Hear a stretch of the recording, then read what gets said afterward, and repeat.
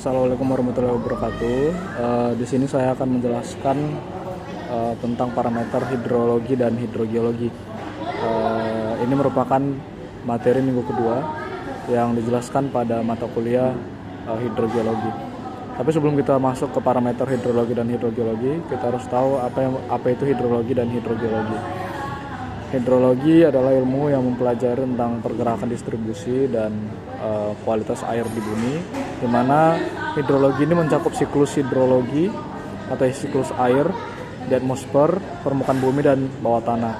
Adapun fokus pada air permukaan seperti sungai, danau dan limpasan.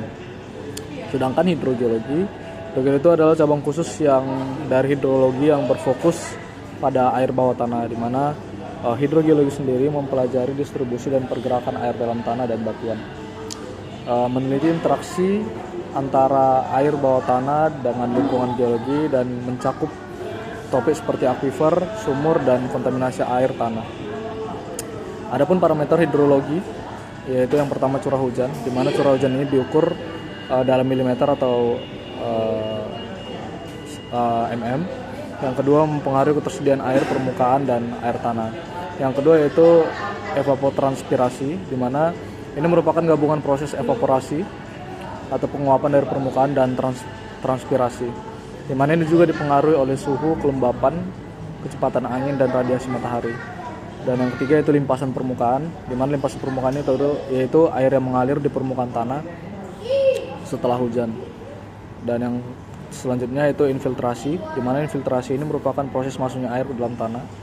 Yang kelima, debit sungai, di mana sungai itu harus kita bahas karena volume air yang mengalir per satuan waktu, di mana debit sungai ini bervariasi karena secara musiman dan dipengaruhi oleh curah hujan juga.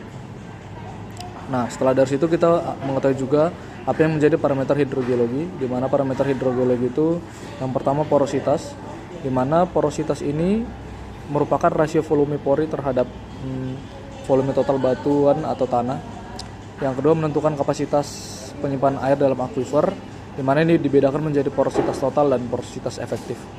Yang kedua, permeabilitas, di mana permeabilitas ini merupakan kemampuan batuan atau tanah untuk meloloskan air, di mana ini diukur dalam satuan darcy atau m per hari, di mana penting dalam menentukan laju aliran air tanah.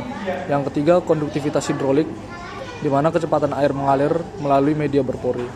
Yang selanjutnya, transmisivitas, di mana ini merupakan kemampuan akuifer untuk menyalurkan air horizontal. Yang selanjutnya, ketebalan akuifer, di mana kita juga harus mengetahui seberapa tebal akuifer yang ada di bawah permukaan tanah. Yang selanjutnya, koefisien penyimpanan, di mana jumlah air yang dapat dilepaskan disimpan per unit volume akuifer. Dan yang terakhir, gradien hidrolik, di mana gradien hidrolik ini merupakan perubahan tinggi muka air tanah per unit jarak. Sekian video pembahasan tentang materi minggu kedua yang dapat saya sampaikan. Terima kasih. Assalamualaikum warahmatullahi wabarakatuh.